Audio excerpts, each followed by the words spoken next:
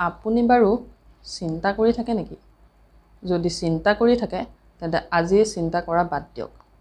কাৰণ কিয় জানেনে? এই চিন্তা কৰি কৰি আপুনি নিজৰ কিছুমান প্ৰব্লেমছহে ক্ৰিয়েট কৰি আছে।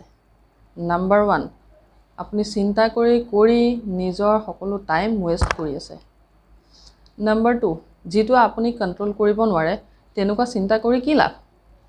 নাম্বাৰ 3, যিটো চিন্তা কৰি আপুনি যদি প্ৰব্লেম ছল্ভো কৰিব পৰা নাই তেন্তে তেনেকুৱা প্ৰব্লেমৰ বিষয়ে চিন্তা কৰি কি লাভ আছে?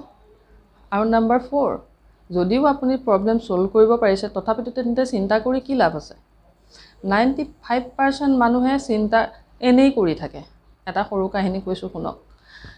এবাৰ এজন মানুহে বহুত চিন্তা কৰি আছিলে। তেওঁ ক'তোৱে শান্তি পোৱা নাছিলে। ইমান অশান্তিত ভুগিছিল যে তেওঁ এই চিন্তাবিলাকৰ পৰা পৰিত্ৰাণ পাব বিচাৰিছিলে। তেনেতে তেওঁ এজন গুৰুৰ আশ্ৰয় ল'বলৈ বুলি এখন আশ্ৰমলৈ গ'ল। তেওঁ গুৰুদেৱক গৈ তেওঁৰ সমস্যাৰ বিষয়ে জনালে যে গুৰুদেৱ, মোৰ ইমান চিন্তা হৈ থাকে, যি টি চিন্তা আহি থাকে, মই ক'তো শান্তি পোৱা নাই, মোক এই চিন্তাবিলাকৰ পৰা পৰিত্ৰাণ দিয়ক। তেতিয়া গুৰুদেৱে তেওঁক এটা পানী ভৰ্তি গিলাচ আনিবলৈ ক'লে আৰু এনেকৈ হাতৰ তলুৱাত অলপ সময় ধৰি ৰাখিবলৈ ক'লে। তাৰপিছত গুৰুদেৱে সুধিলে, তুমি কিবা অসুবিধা পাইছা নেকি? প্ৰথমতে মানুহজনে ক'লে, নাই নাই, মই একদম ঠিকে আছোঁ। অলপ সময়ৰ পিছত মানুহজনে ক'লে, মোৰ হাতখন বিষাইছে। গুৰুদেৱে ক'লে, ৰ'বা আৰু 10 মিনিট ধৰি থাকাচোন।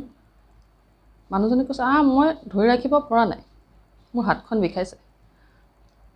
তেতিয়া গুৰুদেৱে ক'লে, দেখিছা, এই গিলাচটোৰ পানীখিনি কিন্তু একেই আছে, কিন্তু ইয়াৰ ওজনটো তোমাৰ বাঢ়ি যোৱা যেন লাগিছে, কাৰণ তুমি ইয়াক ধৰি ৰাখিছা।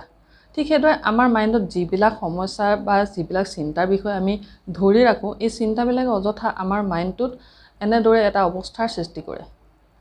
আৰু সেইটো হৈছে আমি এই চিন্তাবিলাক আমি ধৰি ৰখাৰ কাৰণে। গতিকে বন্ধুসকল, যদি জীৱনত আগুৱাই যাব খুজিছে, এই চিন্তাবিলাকৰ পৰা মুক্ত হ'ব খুজিছে, তেন্তে প্ৰথমতে আমি এই চিন্তাবিলাক বাদ দিব লাগিব। এই চিন্তাবিলাক কৰোঁতে কৰোঁতে এই চিন্তাই আমাৰ এটিটিউডত, আমাৰ কেৰেক্টাৰত, আমাৰ গোটেই মাইণ্ডছেটতে প্ৰভাৱ পেলাইছে, বৰঞ্চ ই আমাৰ ক্ষতি সাধন কৰি আছে। গতিকে আজিৰ পৰা এটাই প্ৰথম কাম হৈছে এই চিন্তাবিলাক কৰা বাদ দিয়ক। ধন্যবাদ।